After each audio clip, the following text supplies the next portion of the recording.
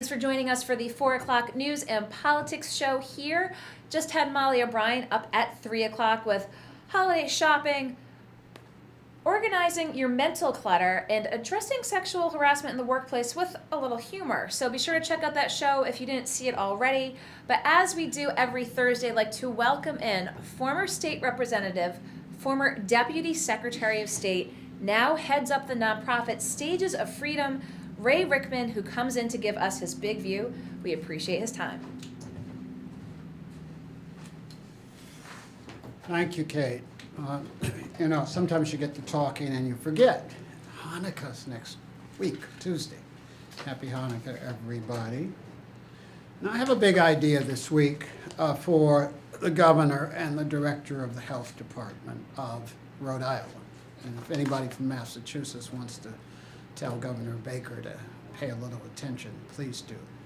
Now, I brought some statistics so that I wouldn't, get off track. First, I want to share something really unbelievable with you. Most people don't believe it when I tell it to them. 49% of all Caucasian babies born in Rhode Island this year will not have a man in the picture. No husband, no serious boyfriend, nobody. The parenting falls to the mother and probably her mother. 49% of all white babies, 67% of all Latinos, and 69% of all black babies born. No man in the picture.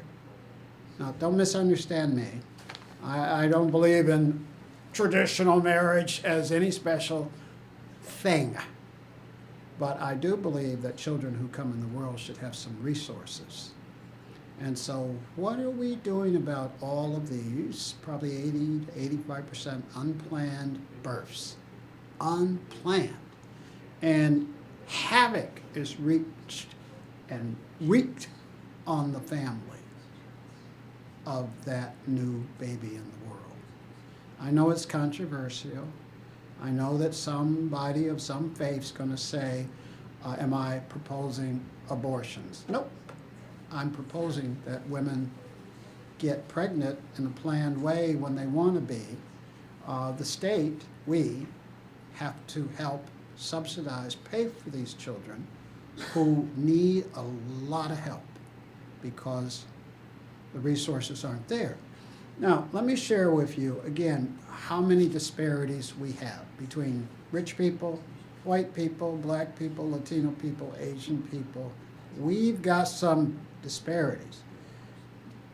Barrington, Rhode Island, 4,597 people. You ready? 84% live in an intact married couple family. That's Barrington. 84%. Now let's go to Providence. I could go to another town that's even worse, but 41,000 families, of which 41% live in a two-person family. And by the way, two persons could be a whole lot of things, especially in this new century. But 41% versus 84%. So 60% of people in Providence, it's only one parent. I believe the governor of Rhode Island, with a little help from the health department, should start the process of giving out, you ready for controversy? Prophylactics. On every college campus in America, young men and young women have access to prophylactics, and the birth rate is near zero. In the city of Providence, there's only one or two places where you could get a prophylactic, and I know they don't cost a fortune, but guess what? When you're working at McDonald's, it is a fortune, but you also might need some education. Now, I was talking to someone the other day who believes in a certain Christian religion, and they start telling me that you can't do this because it'll lead to abortion. And I just looked at them like they were crazy.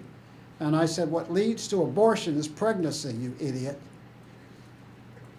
We need to avoid pregnancy. And I don't know, again, I was still talking directly to them, almost harsh. I said, I don't know what kind of Christian you are that you're not trying to keep 16, 17, 18, 19-year-old young woman from getting pregnant and having a child in a world in which she has few resources, and the child will have less. This Christmas season, Governor, I think we need a commission